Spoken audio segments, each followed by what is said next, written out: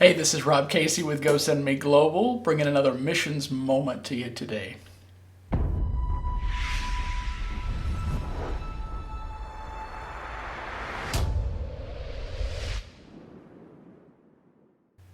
So we have to go a little deeper in this conversation about hearing what God's already said, discerning next steps. And so in part 3 of discerning next steps, we really have to ask the question, have I fully obeyed what God already said?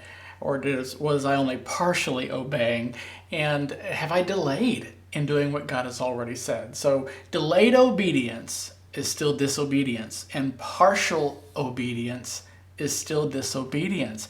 There's a classic story out of 1 Samuel chapter 15. I want to encourage you to go read about it. See what it is that Samuel and Saul talk about in this, because Saul got it into his head he could get away with something that was really only partial obedience to what God said.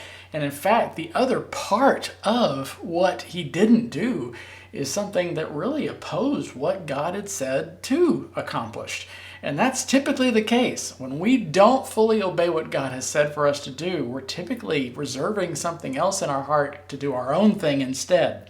And when we delay doing what it is that God has said for us to do, then we're definitely doing our own thing. There's a fear factor there. There's something involved that's getting in the way of us fully doing what God has said. So let's be doers of the word and not hearers only. David said in Psalm 119:60, I hasten and do not delay to keep your commands. I want to encourage you today, as you're discerning next steps, really take some time to contemplate what it is that you know that God has already said, and then what your response has been to it. If there's anything that's left over that still needs to be done and done with the right spirit, I hope that's a help to you. If we can help you in any way as you're continuing on your missions journey, let us know at info@gosendme.us or gosendmeglobal.org.